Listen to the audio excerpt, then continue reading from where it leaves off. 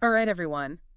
Ready to dive in. Today we're tackling migration, something I know you all are super into, but we're getting specific, honing in on the fascinating journey of Nepali migrants in Japan. We've got a whole pile of research to unpack how this migration flow even started, Mm. the intricate social networks that are popped up, and of course the realities of putting down roots in a brand new place. I mean, think about it. How many times have we all walked by a busy restaurant, maybe even grabbed a bite, without a clue about the journeys those folks behind the counter took to get there? Well, today we're pulling back the curtain, specifically on the stories of Nepali migrants who've landed in Japan. And to really get this, we got to start with the incredible work of Keiko Yamanaka. Her research, it's like the bedrock for understanding this whole migration pattern. Yeah, Yamanaka's work is really eye-opening. What she shows is that this wasn't some sudden mass migration. It actually happened in these distinct waves. Oh, interesting. Yeah, she starts by talking about this group she calls visa overstayers.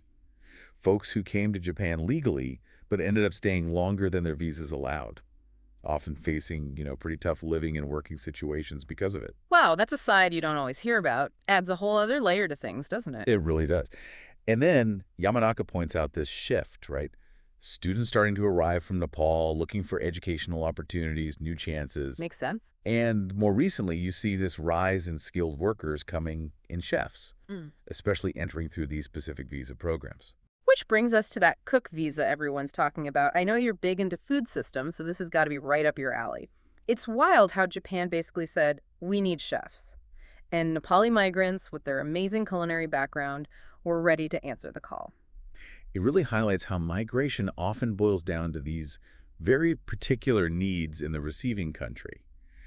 But, and this is where it gets even more interesting, Japan's immigration policies, they're both encouraging and restricting migration at the same time. It's like a constant push and pull, isn't it? Exactly, this delicate balance. And that's where Dipesh Karl's research comes in. He brings this really human element to the whole conversation. He's really digging into the lives of Nepali migrants in Japan, especially those who've become part of the restaurant world. Carl's work is so important because he zeroes in on this idea of social networks, what sociologists call social capital. Basically, the connections you have within a community, they're like this vital resource, Yeah. right? Offering support, helping you find work, even giving you a sense of belonging in a new place. It's like that old saying, it's not what you know, it's who you know. Though in this case, it's probably a bit of both, huh? It is. And Carl actually gives these really compelling examples of these networks in action. Like, he found that a huge number of Nepali restaurant workers in Japan, they all came from the same village back in Nepal. Get out, no way. Yeah. So it's not just about finding a job, it's about tapping into these networks you already have, right? They give you a foothold. Precisely. And this is where Carl uncovers something super interesting. He found that these networks, they weren't just about getting jobs. They also shaped what kind of Nepali food became popular in Japan. It shows how migrant communities don't just assimilate, they actually shape the culture of the places they join. Two-way street. I love that. But like a lot of things in life, there are always two sides to every story. And these same networks, as vital as they are, can sometimes leave people in a vulnerable position too. That's where Gracia Liu Ferrer and Dolly Matamang's work really comes in. They kind of force us to look at this whole other side of migration, the exploitation. Which just feels especially, I don't know, off when you think about chefs. These are skilled workers, right? You'd figure they'd be protected from that. You would, wouldn't you? But what Liu Ferrer and Temung found is that even with that cook visa, the power dynamics, they're just baked into the system. It leaves these workers in a really precarious position. Because, yeah, that visa, it's a lifeline, sure, but it also ties them to that one employer. Exactly. So say a chef ends up in a bad situation, terrible pay, working around the clock, maybe even facing harassment. They're stuck, leaving. That means risking their visa, their ability to make a living, everything. Ugh, talk about a no-win situation. And then, it's not enough. You've got this whole other layer, the migration industry, to add to the mix. Oh, yeah. Liu Ferrer and Tamang, they don't hold back on this. They expose this whole network, recruiters, brokers, agencies, all these people connecting workers to jobs overseas. And sadly, it's not always on the up and up. Some are just out to make a buck, and they're making it off the backs of migrants desperate for something better. It's just, oh, it's awful, especially when you hear the stories from their research. Like, there was one about a chef who paid, a huge sum of money to an agency, gets to Japan, and the job doesn't even exist. It's heartbreaking. It really underscores how exploitation can be so insidious, it takes on so many different forms. And the thing is, this isn't just about restaurants or even just about Nepali migrants. This power imbalance, it pops up everywhere. Across industries, across borders, it forces us to look at the systems we take for granted, and honestly, it's not always pretty. Which I think makes Prakash Shakya's research on healthcare access for Nepali migrants in Japan even more critical. We can talk about working conditions all day, but with healthcare, we're talking about fundamental well-being, right? Absolutely.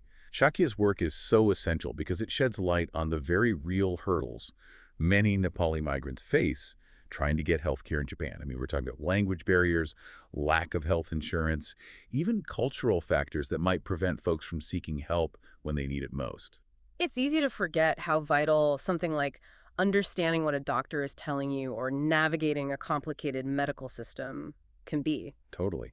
And Shakya found that those obstacles, they can lead to some pretty dire consequences. Like, he talks about one migrant worker who waited like months to get treatment for a serious illness because he was so scared of how much it would cost without insurance. Oh, God. Man, it's heartbreaking. It really makes you think about how these aren't just, abstract problems. They're real struggles people are facing every day. Yeah, it really drives home the systemic nature of it all. Yeah. I mean, access to healthcare should be a given, right? But Mm. for so many migrants, it feels like anything but. But, even with all that, Yeah. what always gets me is the incredible resilience of the Nepali community in Japan. Oh, absolutely. And that's where Masako Tanaka's research is so powerful. She shows how these migrants aren't just like taking these challenges lying down. They're taking action. Exactly. Tanaka's work is so cool because she digs into these Nepali organizations that have popped up all over Japan. And we're not talking about like casual social clubs here. These are lifelines. So, like, what are we talking about specifically? What kind of stuff are these organizations actually doing? Well, Tanaka found like four main types. You've got some that are all about preserving Nepali culture, language, music, festivals, Hmm. helping migrants hold on to that vital connection to home. Right. Then there are others focused on straight up advocacy, fighting for migrant rights, fair policies, the whole nine yards. Love it. Then you've got those providing essential services, language classes, legal aid, that kind of thing. And finally, some, they function as community centers, places where Nepali migrants can connect, socialize, support each other. It's like building a little piece of home, even when you're far away. It is. But it's also about more than just recreating the past, right? It's about navigating the present and building a future in this new place. For sure. And I feel like that's where Ruben Gallus's work on migrant places really hits home. He makes you think bigger than just individual experiences. It's about how migration actually changes entire communities, both where people come from and where they end up. 100%. Gallus really highlights how interconnected everything is.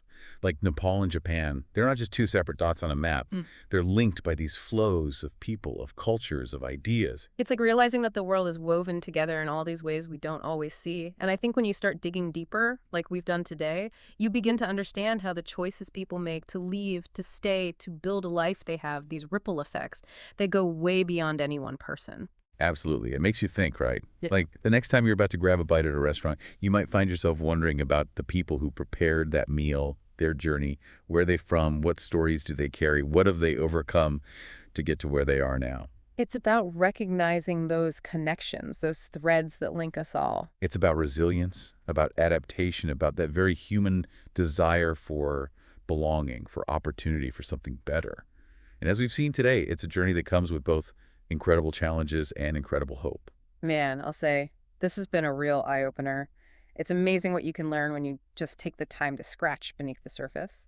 And if this got you thinking, definitely check out the work of the researchers we've talked about today.